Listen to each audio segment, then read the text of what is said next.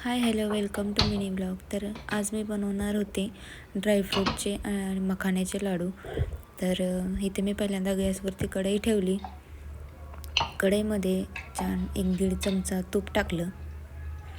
तूप छान गरम झालं की त्याच्यामध्ये 1 वाटी बदाम टाकले.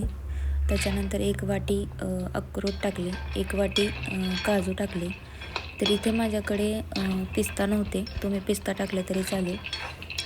तर हे चांगले असे तुपामध्ये रोस्ट करून घेतले मी पहिल्यांदा.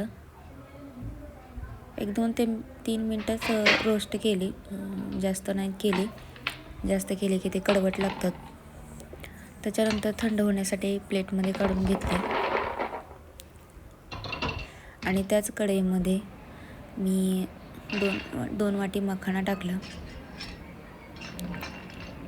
मखाणे असे चुरमुऱ्यासारखे पफ होईल इथंपर्यंतच भाजून घ्यायचे.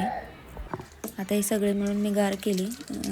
तर या ड्रायफ्रूटमध्ये मी आता गूळ मिक्स करणार नाही, डायरेक्ट फक्त खजूर मिक्स करणार आहे. आणि फक्त खजूरचे वापरून हे लाडू गोड होतात.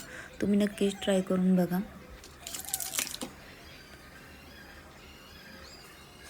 तर मी इथे 2 वाटी खजूर घेतलेला आहे. आता हे सगळं मी मिक्सरमध्ये एकदम ह्याची बारीक पूड करून घेते.